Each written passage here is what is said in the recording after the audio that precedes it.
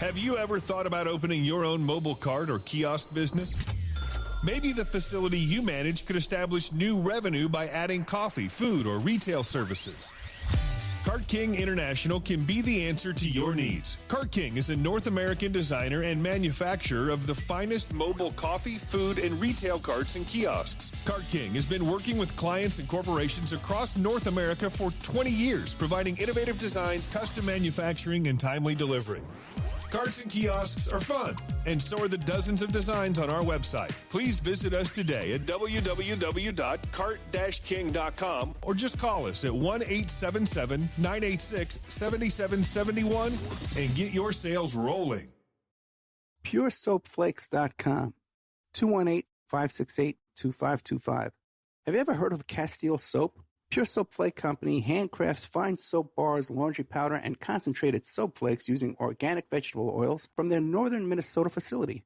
Bathe your body and wash your clothes with Pure Soap products that are free of fragrance, GMOs, palm oil, sodium lauryl sulfate, and synthetic additives. Keep it clean, folks.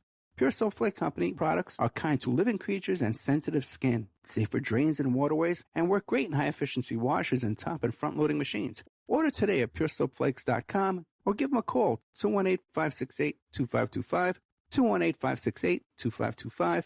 Pure Soap Flake Company is a proud member of the Handcrafted Soap and Cosmetic Guild.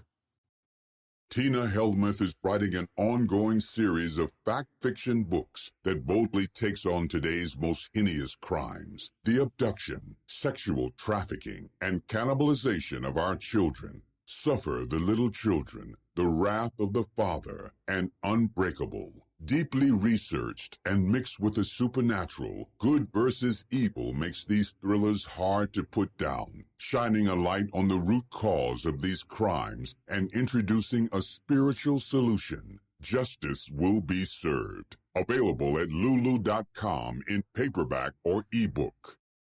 Is your credit in bad shape? Do you need a new car? Ready to buy a new house? You want to rent an apartment? Are you going to apply for a job? Any one of these activities, they're going to ask for a credit report and then check out your credit score.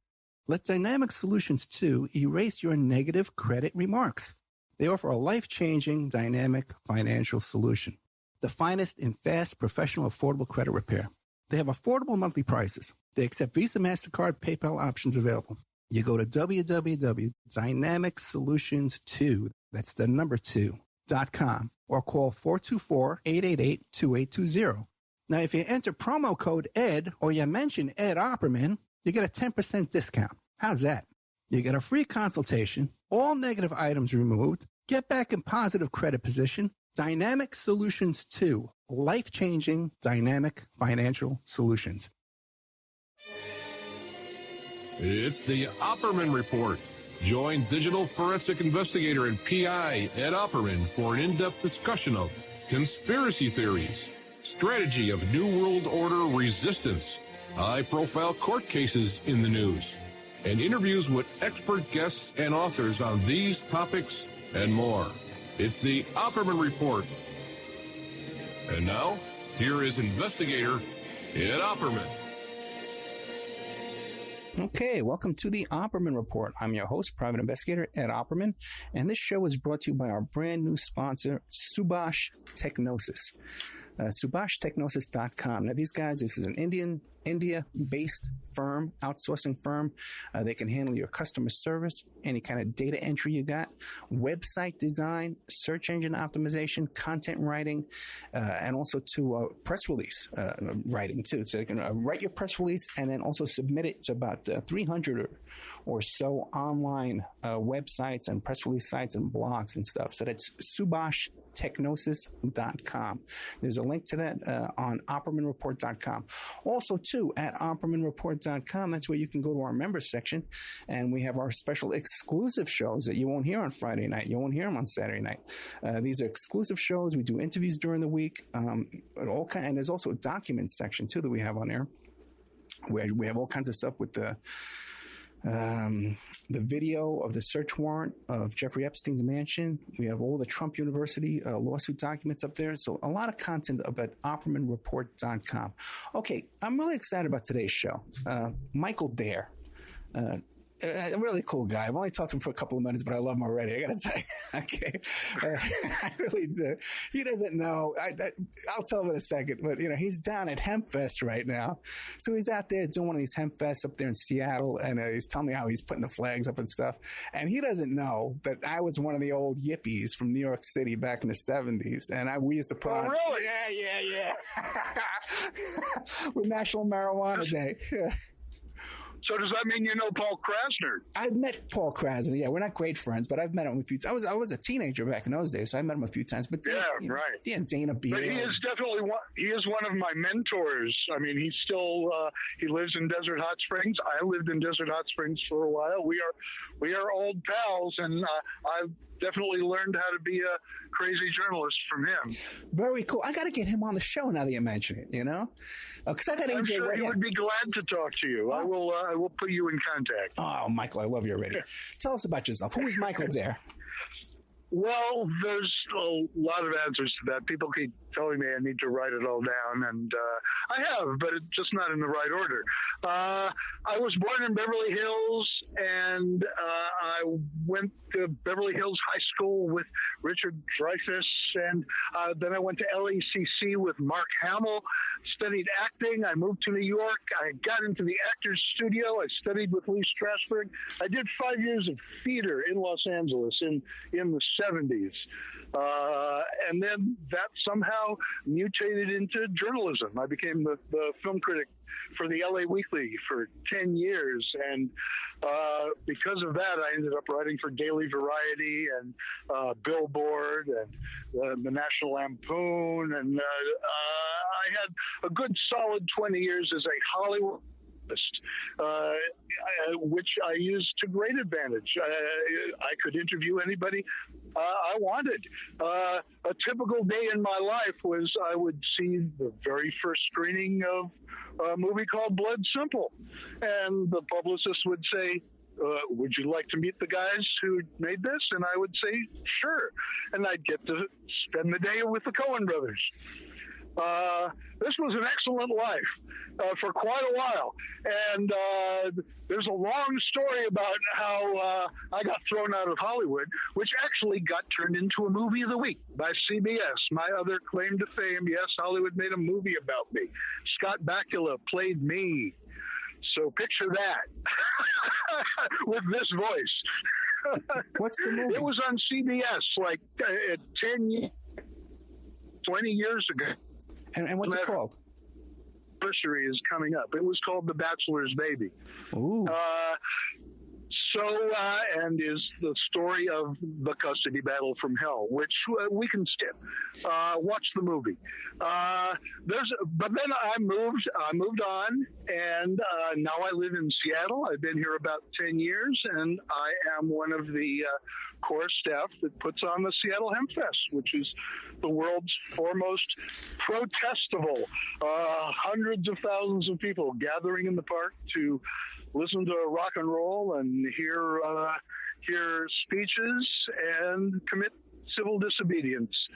And it's been going on for 25 years. This is our 25th anniversary, and it's going to be a lot of fun. It is 6 stages of nonstop music in the park for 3 days. I got to tell you, I can relate to what you're saying because I get to do this radio show, and I get to talk to the most interesting people in the world. And nothing can top that. You know what I mean? Isn't it great? And what was cool, particularly, I mean, you have to go out and find the people. In my case, it was just like I'd go to a movie, and then afterwards the publicist would say, well, if you liked it, you want to meet them. And yeah. And so it was this nonstop parade of people I wanted to meet. If you want to learn how to make movies, interview Robert Altman, interview John Carpenter, interview, etc. I have a giant list and stacks and stacks of tapes of all the people I interviewed. Oh, man, I'd like to get a hold of that. Oh man, some of them, I've been slowly but surely going through them. It's like my one with Doug Adams, I particularly am happy with. It's like I never bothered. I didn't transcribe it because my newspaper said no. But now listening back to it, it's like, oh my God, this is like this is the man who wrote Hitchhiker's Guide to the Galaxy, and I have his voice talking to me. Hey, what do you think? Maybe we should talk about you playing that stuff on the air. Well, some of it you might want. I've been slowly but surely digitizing it. For instance, I did a lot. My favorite director was Hal Ashby, and when he discovered this, he contacted me at the paper, and we became pals, and I taped a bunch of our conversations, and those tapes are now the backbone of a new documentary coming out on Hal Ashby, which I don't know the release. They're still in the process of editing. But, it's cool to see my old stuff reemerge in new formats. Yeah, but still, listen, you got a pretty cool life right now today, because if you're able to go down there and spend like a whole week down there. Now, are you sleeping out in a tent at the Hemp Fest? No, one of the weird things that we have to do is kind of deal with the people who are living in the park and letting them know that they have to move because we're bringing in this festival. No, I live on the outskirts of downtown Seattle. I can walk to this park it's a 1 hour walk from where I live.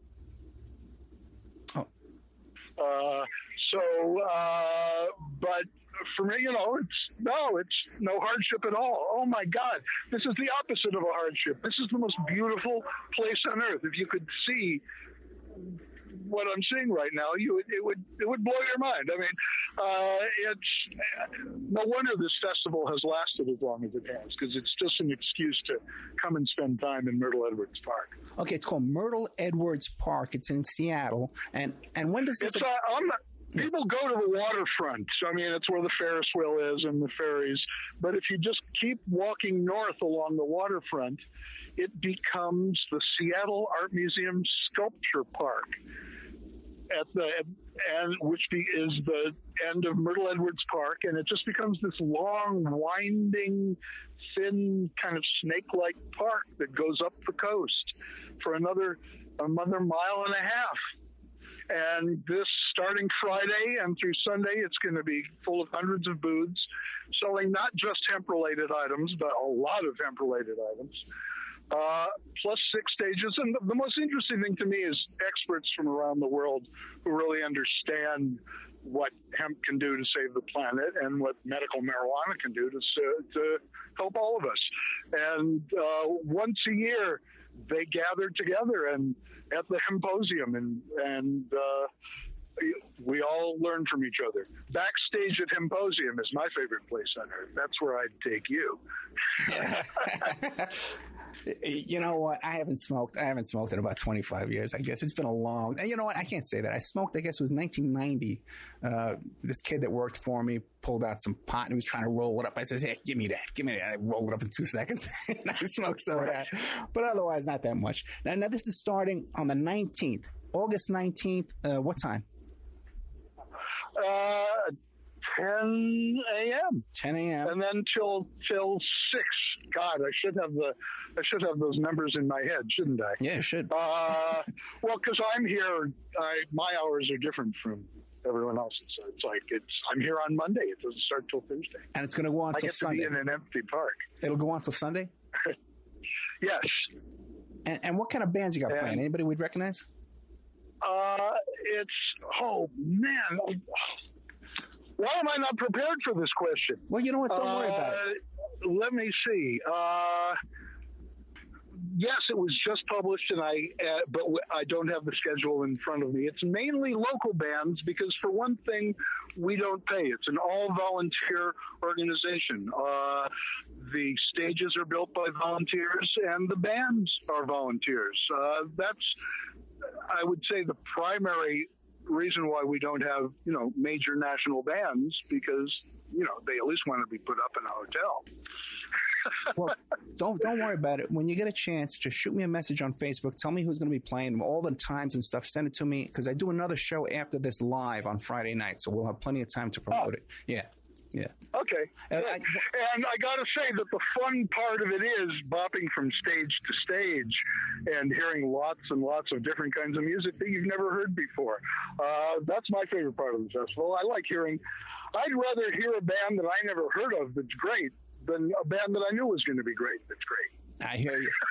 I remember one time when I was a kid, we had Country Joe and the Fish come down and play at the march up Fifth Avenue in New York City, from Washington Square Park up to Central Park. Now, Michael, the reason why I first got a hold of you, and I heard about you, I love you now, but when I first heard about you, it was about the story about John Belushi. Yes. Well, get us started on that. What was it called? The Dr. Primo? What was this thing called? Well, there was Captain It Primo. eventually led to Captain Primo's, but what you have to know is, the way John entered my life, which was just, it's the way a lot of people have entered my life, but this was definitely the most extreme. I mean, I was just at home.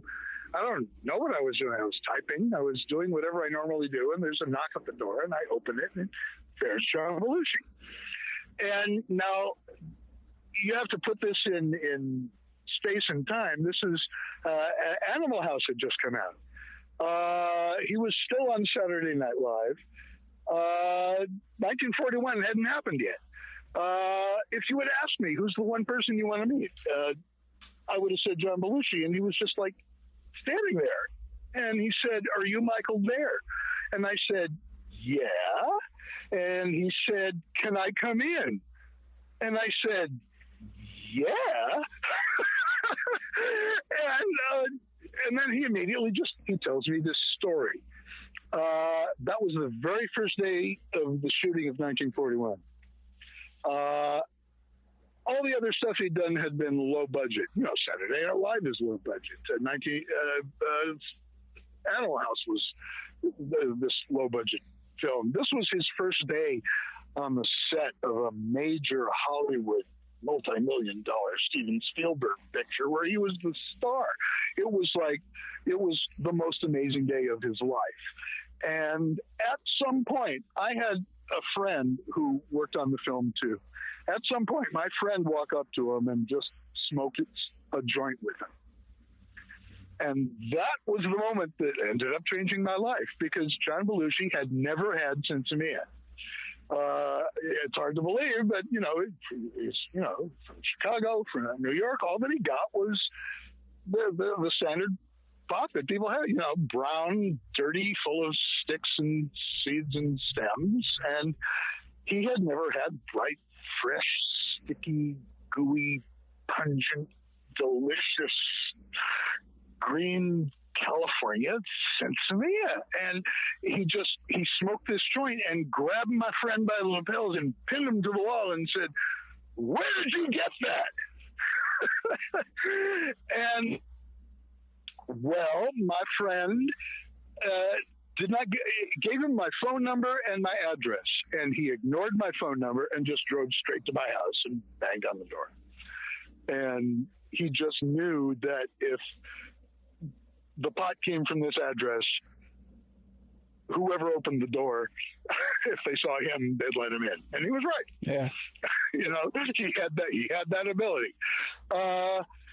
So I whipped out my bong. We started getting high. He noticed I had a record collection, and he starts going through it and playing records and singing along with them. And I have a piano, and I start playing, and he picks up a guitar and starts playing. It's like hours go by. We become immediate pals. And then he says, you got more of that pot, right? And I said, well, I have some. And he reaches into his pocket and he hands me a wad of $100 bills that is 3 inches thick. And just gives it to me and says, you take what you need out of that and go get some more of this. And then he turns his back on me and goes through my records. And that's still one of the most amazing things that ever done to me. Has anybody ever trusted you with that amount of cash? That was crazy. Yeah, but you want to know what? I remember I was from New York back in those days, and we had, like you said, we had that cheap commercial Colombian pot. And the first time I smoked sense, I had the same reaction, man. The first time I smoked some good exotic pot, it was like a whole new world.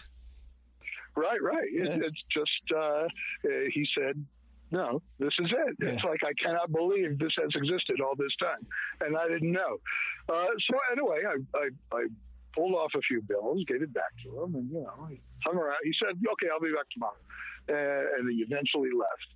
And I went to, and I said, you won't believe what happened. Guess who showed up? So anyway, here's 200. Let me get some more of that pot. And my dealer says, really? You think you might want some hash? Or, how about mushrooms?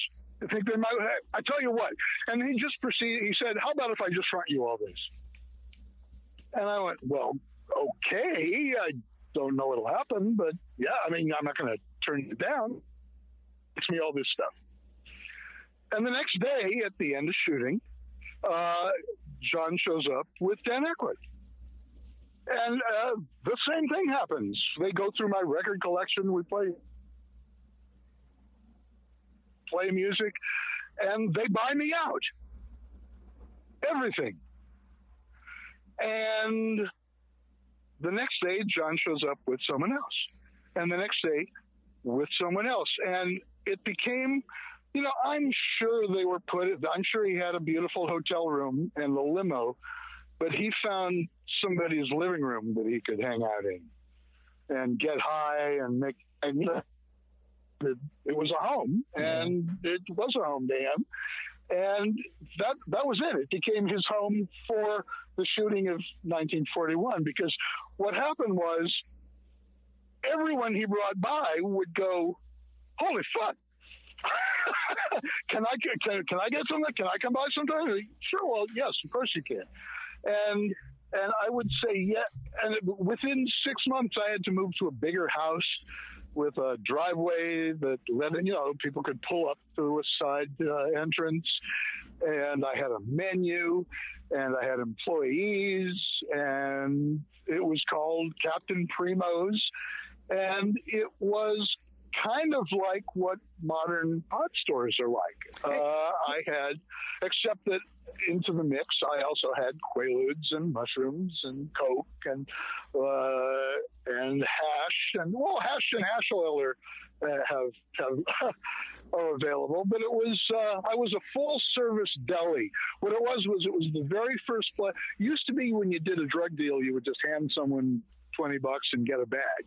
In this case, people would show up with, and they'd go, give me $20 of Hawaiian, and let's see, 2 Quaaludes, and let's see, a gram of hash, and and they would.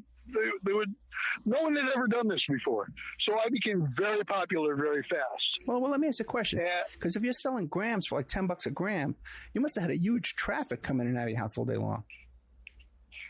Well, and eventually that's what got me busted, is the police sitting outside seeing all this traffic. Yeah.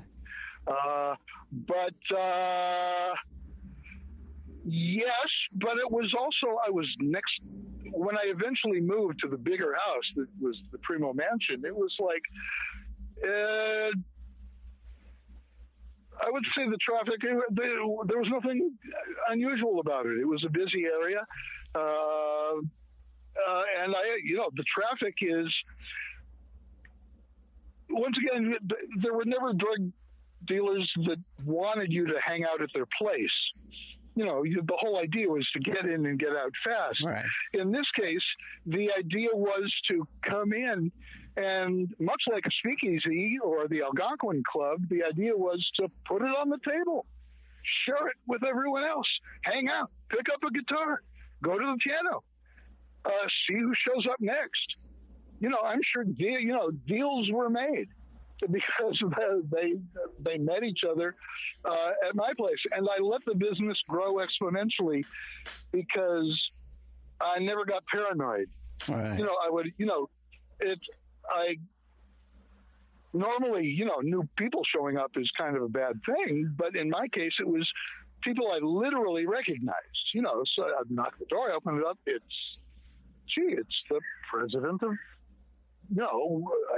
studio who I know. It's like, well, I know, it's Laverne and Shirley. Okay, Laverne, you can come in. Shirley, you leave.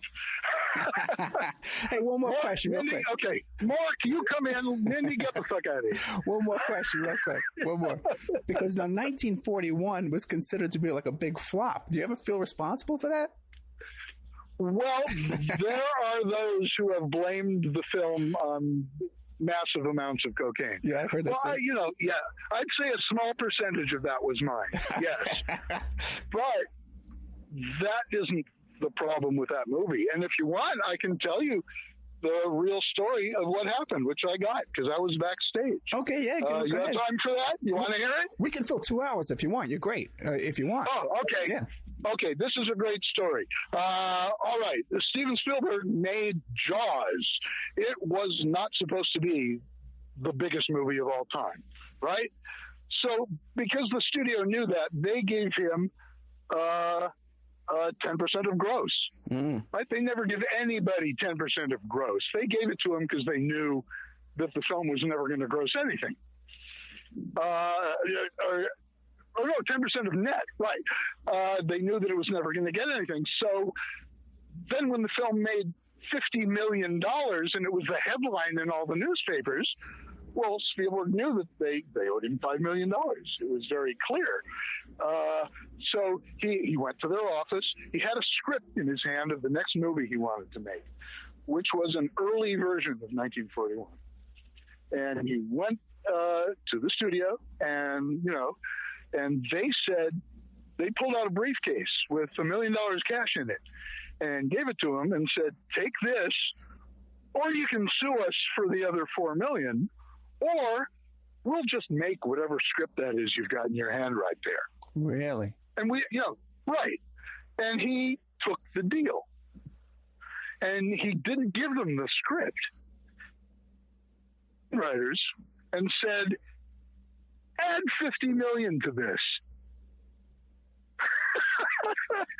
And they sat down and they added a Ferris wheel that goes off the end of a pier, and they added a house that falls off the side of a cliff when the door slams, and they added a chase through a paint factory, and they added a plane crashing in the middle of Hollywood Boulevard. All of that shit only existed so Spielberg could just get his money back. Okay, he realized that you make your money during the making of the movie, Gotcha. and you can't expect to get your credits. So he deliberately just went way overboard. I mean, that plane crash on Hollywood Boulevard had 12 cameras running, and after it was done once, that was it. And he just said, "Let's do it again." Oh, wow! And he did it. And he did it 3 times.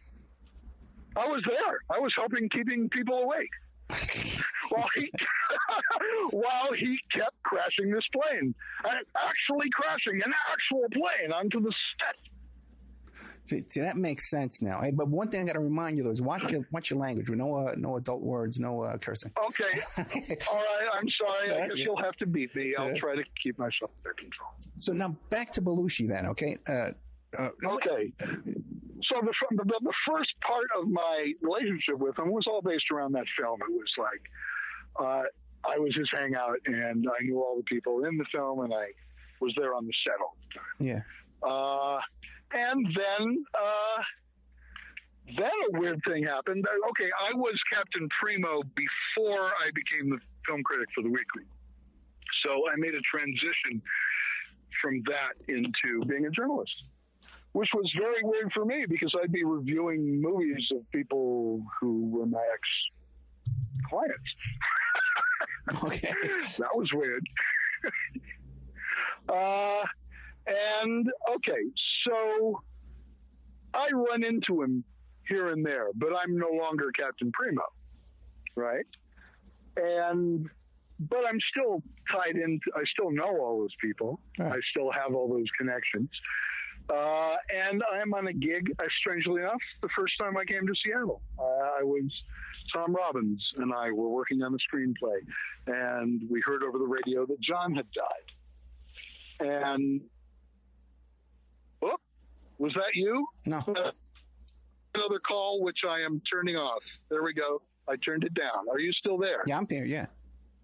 Okay. So, you were saying you were in the car with Tom Robbins and you heard he died. I was in Seattle, yes. I was in LaConner, Washington, actually, when the two of us heard over the radio that John had died. And I was like, I was very upset. And, I told Tom Robbins that whole story. But we just lost the Skype connection with Captain Primo, or formerly Captain Primo, I should call him. But I'll just call him right back. Okay, fascinating stuff. Hey, guys, don't forget Hemp Fest coming up in Seattle at Myrtle Park, I think it's called. Right by that Ferris wheel on the 19th, Friday the 19th. It starts at 10 a.m. on Friday. And now a word from our sponsors. Are you ready to change your life, but don't know how to start? Is your stress and worries keeping you awake at night? Have you been battling grief, anxiety, or depression all alone? Have you lost touch with your own sense of being or spirituality? Soul Free Therapies offers professional and affordable live video streaming counseling and coaching services from the comfort of your own home. Sessions offered in English, Spanish, and Portuguese. Go to our website at www.soul-free.com and book your first session today. Hey, check out our brand new sponsor, Dynamic Solutions 2. That's the number 2. They offer a life-changing, dynamic financial solution. The finest in fast, professional, affordable credit repair. Is your credit in bad shape? Do you need a new car? Ready to buy a new house? You want to rent an apartment? Are you going to apply for a job? Any one of these activities, they're going to ask for a credit report and then check out your credit score. Let Dynamic Solutions 2 erase your negative credit remarks. They have affordable monthly prices. They accept Visa, MasterCard, PayPal options available. You go to www.dynamicsolutions, that's the number 2.com, or call 424-888-2820. 424-888-2820. Now, if you enter promo code ED or you mention Ed Opperman, you get a 10% discount. How's that? You get a free consultation, all negative items removed, get back in positive credit position. Dynamic Solutions 2, life-changing dynamic financial solutions. 424-888-2820. Tell them Ed Opperman sent you. You get a 10% discount. Hey, you, podcast listener. This is your last chance. After this, there is no turning back. Take the blue pill. You wake up in your bed and go back to listening to mundane podcasts that won't challenge your religious beliefs and your so-called truths about reality, the universe, and consciousness. Take the red pill. Subscribe to the Event Horizon podcast, hosted by Mark Anthony Peterson, and he will show you how deep the rabbit hole goes. Event Horizon takes a walk into the paranormal with a splash of conspiracy. It's the podcast that would be born if David Icke and the X-Files had a baby. Subscribe to the Event Horizon podcast by Mark Anthony Peterson on Spreaker, iTunes, Spotify, iHeartRadio, CastBox, Stitcher, or any of your other favorite podcast platforms. Remember, all we are offering is the truth, nothing more. Have you ever heard of Castile Soap? Pure Soap Flake Company handcrafts fine soap bars, laundry powder, and concentrated soap flakes using organic vegetable oils from their northern Minnesota facility. Bathe your body and wash your clothes with pure soap products that are free of fragrance, GMOs, palm oil, sodium lauryl sulfate, and synthetic additives. Safe for drains and waterways, and work great in high-efficiency washers and top and front-loading machines. They have a little promotion going on. Contact them to order some soap. Mention the Opperman Report. You're going to get a free gift. Order today at puresoapflakes.com or give them a call, 218-568-2525, 218-568-2525. Pure Soap Flake Company is a proud member of the Handcrafted Soap and Cosmetic Guild. It's the Opperman Report. And now, here is investigator Ed Opperman. Hey, Michael Dare. Your message for Martin Scorsese. Well, he's got one of those funny answer machines. So let me just try to get him in back one more time. It's great stuff, man. He's got this story. Takes a whole leap into Bob Woodward. So I definitely got to introduce him to Len Kolodny. Hi, you've reached Michael Dare. Please. What? What happened there? Just a second ago, it was Martin Scorsese, and now it's a different recording. Unless he was being a wise guy and was making a funny answer machine voice. Might have to turn off the recording. Hello? Hey, Michael, how are you? Hi, I'm sorry about that. I just got another call, and when I pressed, I guess I disconnected both of us. Don't sweat it. We're fine. So you were saying you were talking about... Where was I? Right when you were talking about, you were with Tom Robbins, and you found out that John had passed. Okay. The essence of what I discovered in my personal... I'm getting feedback, okay? Now it's stopped. Okay. I was hearing my own voice back.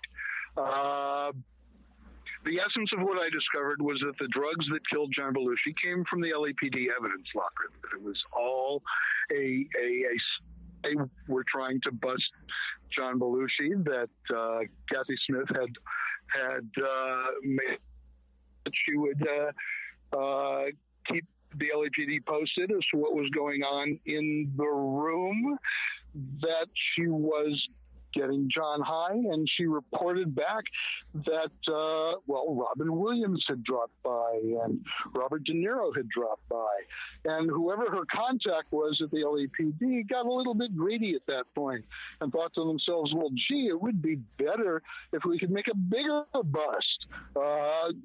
He asked Kathy Smith if, there was any chance they were coming back. She said, well, yes. And could there be any other big stars coming by? And she said, yes. And she was told, well, just, keep getting John high until any other stars show up. And when they do, give us a call and we'll make a bigger bust. And so she kept getting John high until he died. And then she called them and said, hey, guess what? Your shit just killed John Belushi. And they said, don't move. And they showed up and they told her to leave, come back in an hour. They cleaned up the room and waited somewhere until I believe it was the maid or so, I don't remember who found the body, but they waited for someone else to find the body. There are, like most conspiracy theories, this one is interesting in the fact that it's proven by in some ways, lack of evidence. If you listen to the entire... You don't have to listen to it. If you read the transcription of Kathy Smith's questioning by the LAPD when she's eventually arrested, for some reason, they literally never asked the question, where did the drugs come from? It's a question that never comes up at any point. And they didn't ask because they knew where it came from. It came from them. I believe that if they hadn't gotten Piggy, that at any point they could have just arrested John Belushi. They knew what was going on in there. They were just waiting, hoping to make a bigger bust, because they knew that he was getting visits from other stars. So this Kathy Smith was an informant? She was like a full-time informant, or she was working off a case? What was going on with that? I wouldn't say full-time, but she had already, yes, she had a case already in the works. She was specifically given drugs from the LAPD evidence locker to promote, a relationship with John Belushi with the interests of getting him busted. How did she how did she meet Belushi? That I don't. Okay, that I don't know. I was there. I wasn't. I wasn't around. Right. And I never met her or never had any contact with her. I mean, I don't even remember what the story was in the book. In the many books, in the many different versions of this story that has come out, no one has really just. I don't know how you can prove at this point where the drugs came from. Let me ask you a question, Mike. Now, when you started looking into this story to find out, hey, what happened to my friend John? So you started asking your old buddies and stuff like that. How many people came back to you with this same story? Was it just one person or several people? It was well, two specific. It was one person who said they heard it from someone who put me on the phone with them, and it was someone who was intimately involved. Someone who told me that they were in bed with the police officer and overheard the conversations between him and Kathy Smith. Okay. And you're still in touch with that person today, or they're gone? Yeah, they're gone. Okay. I would have no way of contacting them, and I don't even remember their name. Right. It was one of those, I was in a cave somewhere, and a phone call, and he hit the speaker, and suddenly I was talking to someone who was scared and telling me this story. So no, I have no way of verifying it other than I did, in fact, have that conversation. What about Kathy Smith? Whatever happened to her? What was she charged with after this? Well, she was charged with something. She did go to jail for a short time and got out. She has, to the best of my knowledge, she has never, admitted where the drugs came from. Right. Or this whole thing about that she was an informant. She definitely wouldn't admit that. Right. Yeah. Okay, but she had a Now, the weird part of it for me, I mean, we have to get into Bob Woodward a little bit. I know. Because at some point, my phone rings, and it's, "Hi, this is Bob Woodward." Yeah, sure it is. And he says, "Okay, call information. Ask for the number of the Washington Post. Call that number, ask for me." I went, "Oh, okay." And he hung up. And I called information, asked for the number of the Washington Post, got it, asked for him, and got the same guy on the phone. That's how he does business. And so I knew I was actually talking to that guy in All the President's Men, because that's who I was picturing at the time, certainly. This guy was one of my heroes. He hadn't gone off the deep end yet. And so he tells me that he's writing this book and that Kathy, Judy Belushi had asked him to do it. And I knew Judy and trusted her. And, I said, he said that he knew that I knew John and that if I admitted to things that I would just be, part of this whole gang. Everybody got high with John, so it was no big deal for me to admit it too. And I wasn't sure about that. So I called Kathy back and talked to her, and she said, "No, I trust him, and everybody's telling him the truth. Please." And so, based upon her advice, I told Bob Woodward the entire story I just told you. All right. Now there were two parts to this. Oh, actually, but I told it in a different order. First, I told him, I'm thinking to myself, I'm Deep Throat, right? Deep Throat said, follow the money. In this case, I'm saying to him, please follow the drugs.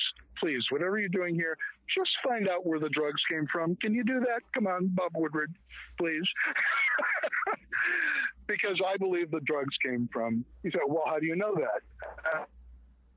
And then I told him the whole backstory of how I knew John and the life and death of, of my Captain Primo in my drug dealing days. But I only use that as verification for the fact that I knew the people who would know where the drugs came from. But in any case, he says, that's great. I'm coming into town like next week. We'll have lunch, blah, blah, blah, so I'm all set. I have an appointment with him, and he, of course, stands me up. And I kind of forget about it until the book comes out, and he not only trashes me, he kind of blames me. He makes it seem like, John, the way the book is structured, John Zvaluka's life is just going along great until he moves to Hollywood and does 1941 and falls in with Michael Dare. Oh, boy. It's just, it was really weird, and absolutely no mention of any even hint of the conspiracy that that John was being set up. It doesn't even ask the question, where do the drugs come from? And I'm just, I'm of course pissed off because this, this doesn't make me look good when I'm an up and coming film critic. There were gigs that I lost because suddenly an excerpt from Wired was printed as the cover story in the Herald Examiner.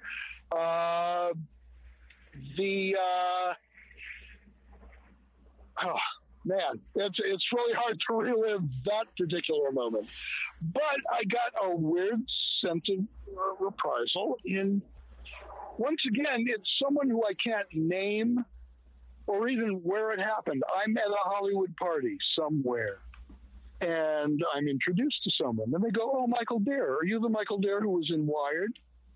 And I said, "Yes, I was." And she said, "Oh, my God, I worked on that book." I went, "Really?" And this was a woman. She said, "Yeah, I was a research assistant for Bob Woodward." And I said, "Really? Well, do you know why he didn't use my story?" And she said, "Yes." And I said, "Oh, really? Okay, tell me." She said, the day that he was coming out to interview you, instead, to have lunch with you, instead he had lunch with Daryl Gates. Who was the police commissioner?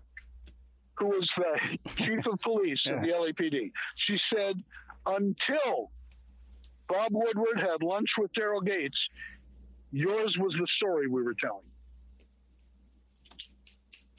Hello, are you still there? I'm still here. Very interesting because, Daryl Gates is I guess he was the head of the LAPD at the time, not one of my heroes. And I would suspect that, there's a conversation that I would like to hear. What did Daryl Gates say to Bob Woodward that made him change the actual story of the book? I mean, the way this woman told it to me was, she told me that they had verified my version of events. That they had 3 to 4 other people who had told the same story. So, yes, my story, that's what the story of the book was going to be about. The corruption of the LAPD and how their greed is what killed John Belushi. Until whatever that day was, and Bob Woodward met Daryl Gates instead of me, and that's the book that came out. You might want to ask him. Well, you know who I got to put you in touch with? I'm going to put you in touch with an author named Len Kolodny, who wrote a book called Silent Coup. Have you ever heard of that?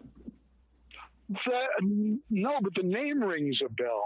Is he a journalist? Yes. He wrote another book called 40 Years of War, 40-Year War. From Obama to from Nixon to Obama, something like that. In fact, I have it right here in front of me. He just sent me a copy. Now, listen, this guy has done some work on Bob Woodward that's going to blow your mind. Because he got into a little beef with Woodward, and he went into this whole lifetime of investigating Woodward's life, how he got all these jobs at these different newspapers and stuff. And one of the things he came up with, Woodward's not the hero we thought he was, guy. Okay, and you know that for a fact. Right. But Woodward... Yeah, this made no sense. It didn't seem to me that he was, why did he turn into a drug warrior? Why did he turn John Belushi into a poster child in our completely corrupt, what is it, $30 billion a year drug war? That's every penny is going down the tubes, achieving absolutely nothing. Oh my God. And we can blame Bob Woodward, I guess. Well, Woodward worked at the White House. He worked in the Nixon White House before Watergate. Okay, and he was involved. He was involved in a lot and pretty much handling the whole Watergate thing. He's got Butterfield. He's told him about Butterfield. Really, really great work. I'll send you this guy's information and an interview that I did with him. Now, you're saying too that this book, this Woodward book, came up too in your. I went through a custody battle. In fact, I'm still going through one. 10 years I've been doing this. My kid lives with me now. She's 16. She's going to be 16 in November. So we only got a couple of years to go through it, more to go through. But now they use this book. They pulled it out in your custody litigation. Yes, they did. And, I learned a lot about how court tactics work. I mean, certainly the attorney knew that you can't just introduce a book into evidence. And the judge told him that.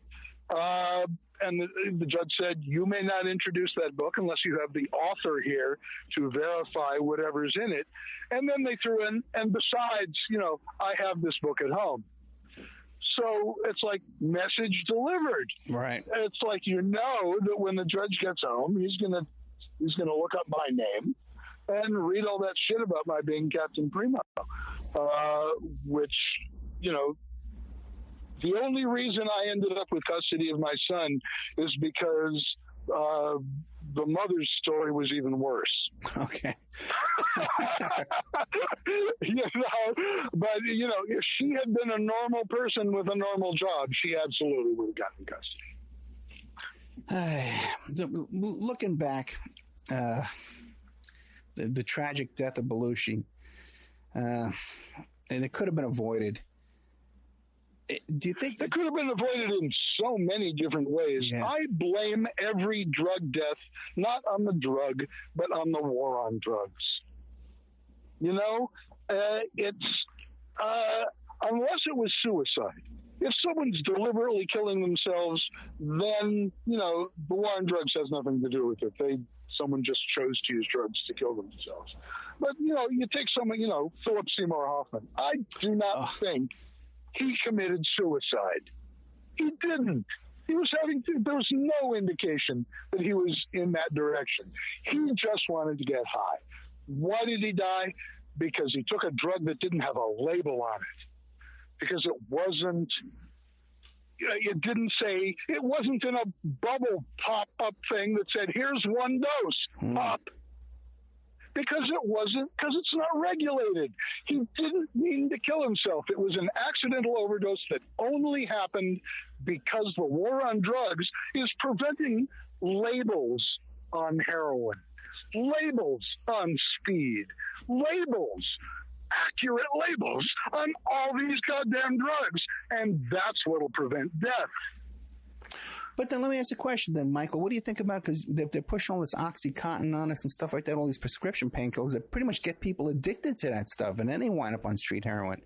You think that's a good path to go down? Well, no, absolutely not. And I think that medical marijuana is very much an answer to that. And I think getting away from the pharmaceutical industry and into plants is another smart tactic. No, I am not for OxyContin, but I am for poppies.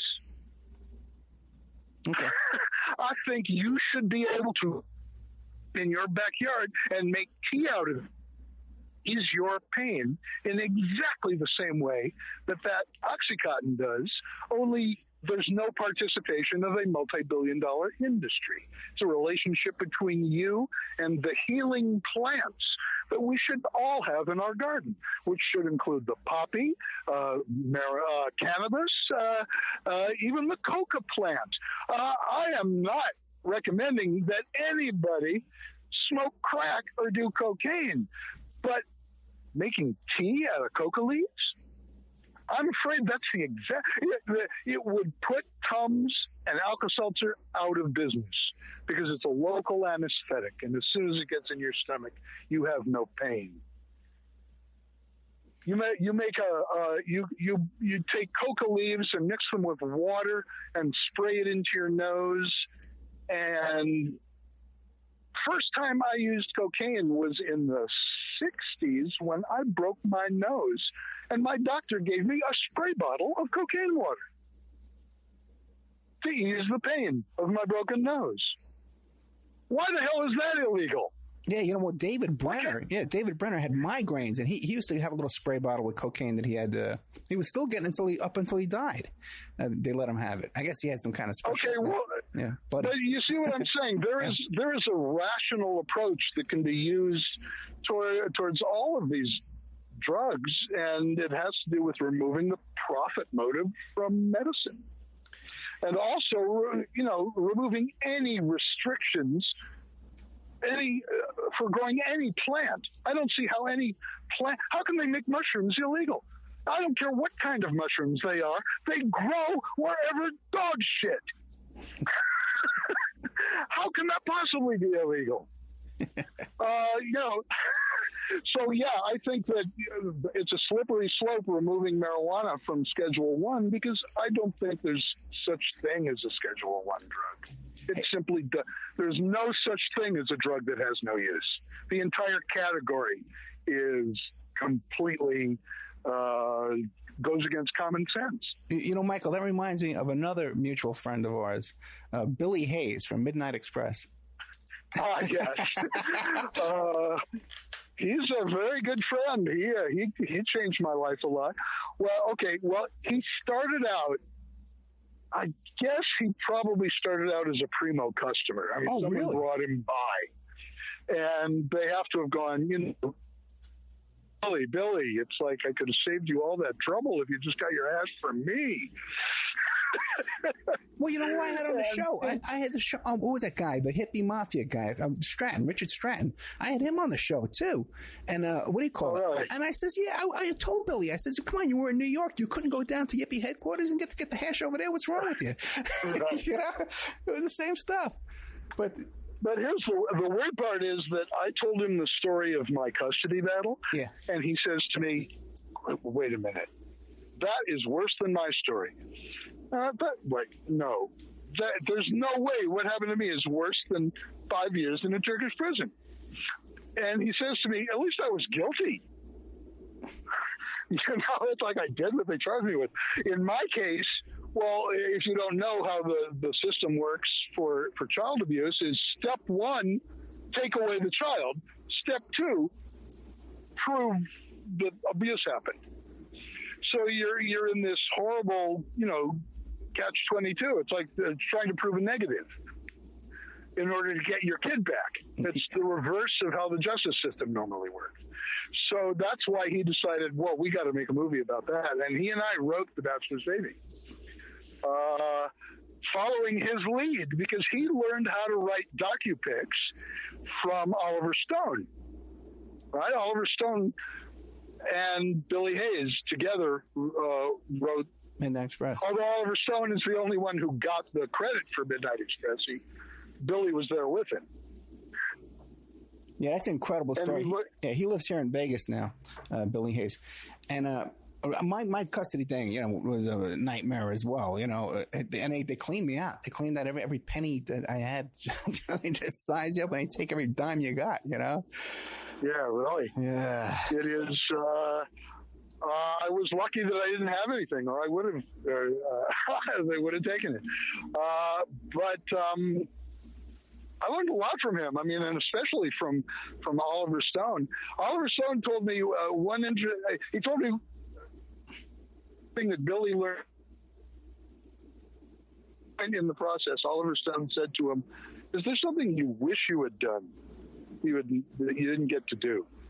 And Billy Hayes said, "God, I wish I had ripped the tongue out of that goddamn guard." And Oliver Stone said, "Well, in the movie, you do it." And they put it in the film. And Billy asked him about that, and it turns out that he's done that he's made a movie with, like Born on the 4th of July. He was working with the guy in the wheelchair. No, I can't remember. Yeah. The guy in the wheelchair. Yeah. And he said to him, you know, what's the one thing you wish you had done? And the guy said, you know, I never apologized to the parents of the soldier I killed. Ooh. Right? And Oliver Stone said, well, in the film you do. And it's the greatest scene in the film. I mean, it's just so powerful. And despite the fact that it didn't happen. Trying to remember others. Oh, also in the movie Salvador. I can't remember James Woods played a reporter in South America. And at some point, Oliver Stone asked the reporter if there's anything that he wished he had done. And he said, at one of those diplomatic soirees at the embassy, I wish I had gone up to the American ambassador and told him the goddamn truth. And he said, in the movie you do. That's a great film, too. Now you know Oliver Stone? I have met him. Okay. But no, this is all from Billy. Well, what happened was Billy told me those stories, and I went around and independently verified all of them. Okay, very cool. And talked to Oliver about it. Said that this is, in fact, part of his modus operandi. That, you know, people get down on him for his biographies not being accurate, and it's like, no, if you're fulfilling the fantasy of the guy in the film, you're being more than accurate. You're being emotionally accurate. Let me ask you something else. What else you got? What else you working on? What's coming up next? I know you got this Hemp Fest thing going on. It starts Friday on the 19th at 10 a.m. Okay. Well, I would say the main thing I'm doing now is the whole time I've been in Seattle, I've been paying $100 a month for storage in California. And it made me nuts. And I finally went out there and I got back all of my Polaroids. I took Polaroids of everybody. And you may think that's kind of weird. It's like, imagine, has your drug dealer ever asked you if you could take your picture? Actually, one time, yeah, they did. That's another story. But, you know, you might say no to that. Yeah. But that didn't happen. It's not that all the people in my pictures were my clients, because, you know, I did eventually become legitimate.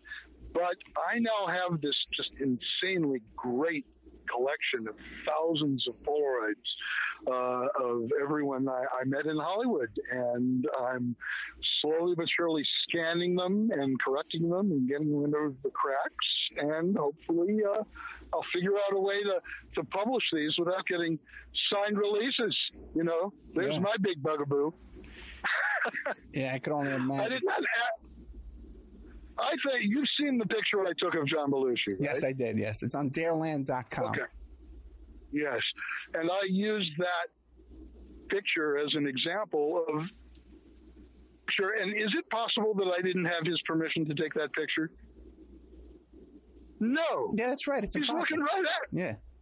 You know what I'm saying? Yeah. He's looking right at me. He's clearly posing for me. He clearly knows his picture is being taken. This is not a shot of a paparazzi.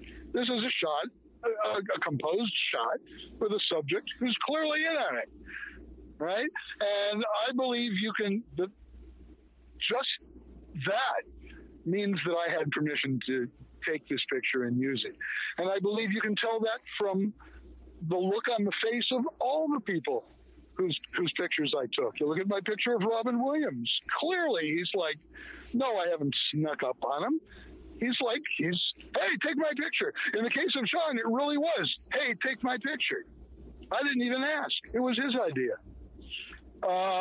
I'm bringing this up because this is a problem that comes up in the publishing world. People expect signed releases from all these celebrities, but somehow I will figure it out. And there's going to be a big book of my pictures coming out. Well, you could always self-publish and then just wait for someone to complain. You know what I mean? Right. And that will probably be the answer. What a lot of people do now is they self-publish on CreateSpace, and then they order a bunch of books, and then they take it down from Amazon and just sell it from their website because they're already in print. You know? Yeah. Michael Dare, and you want people to get a hold of you on Facebook at Michael Dare on Facebook, right? And that's where you said you have like a... Yes, I am the Michael Dare who is in Seattle, and it is actually facebook.com/Dareland. Okay.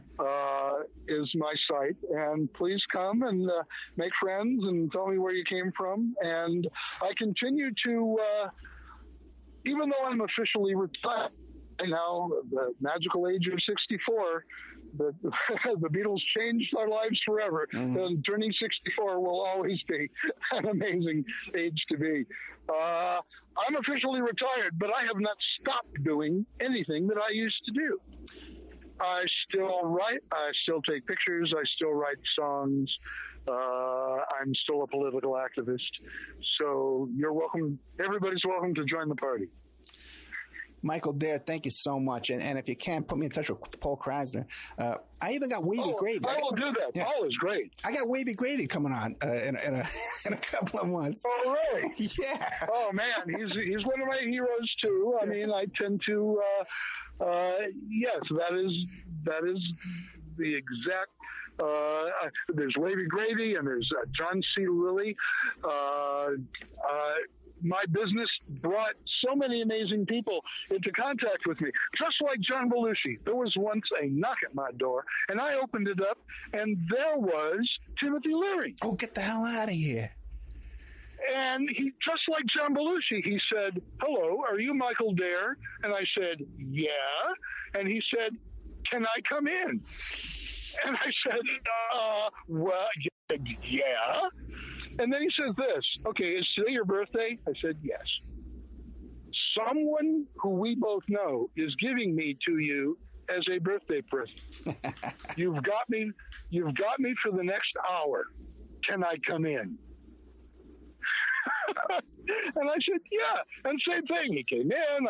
We went through the records. I broke out my bong. We got stoned. And yes, I got Timothy Leary for a birthday present. Michael Dare, thank you so much. I definitely got to check out Bachelor's Baby. I'm going to see if I can find that today on Putlocker or something like that and see if I can watch that. Okay. You know what? I have just digitized it. Okay. And I have it.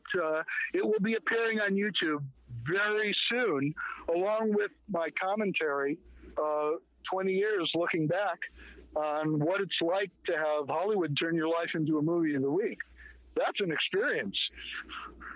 Yeah, I can imagine. Michael Dare, we're out of time. They changed all kinds of things. I bet. Thank you so much, my friend, okay? All right, this was fun. We will be in contact later. Thank you, sir. Thank you. Michael Dare, fascinating guy, Belushi story. The life, if you Google Michael Dare, the life and death of Captain Primo, Preemo, or Bob Woodward versus John Belushi and me, you could find where he wrote it on his blog. Great stuff. Thank you, Michael Dare, at Hempfest up in Seattle right now this week.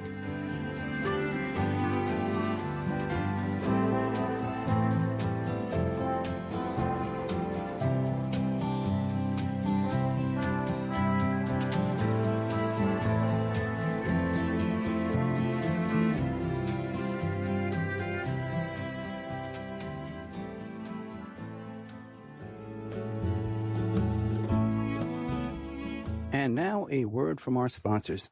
EmailRevealer.com.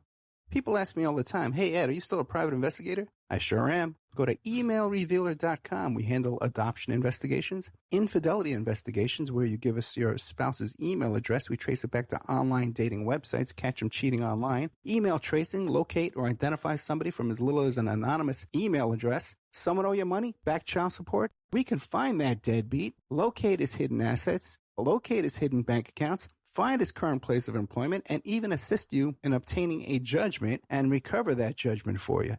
EmailRevealer.com. Digital forensics, computer forensics, cell phone forensics, recover deleted text messages. Create a report that you can use in court. EmailRevealer.com. 800-572-9762.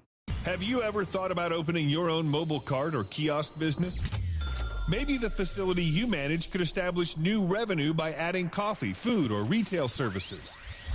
Cart King International can be the answer to your needs. Cart King is a North American designer and manufacturer of the finest mobile coffee, food, and retail carts and kiosks. Cart King has been working with clients and corporations across North America for 20 years, providing innovative designs, custom manufacturing, and timely delivery.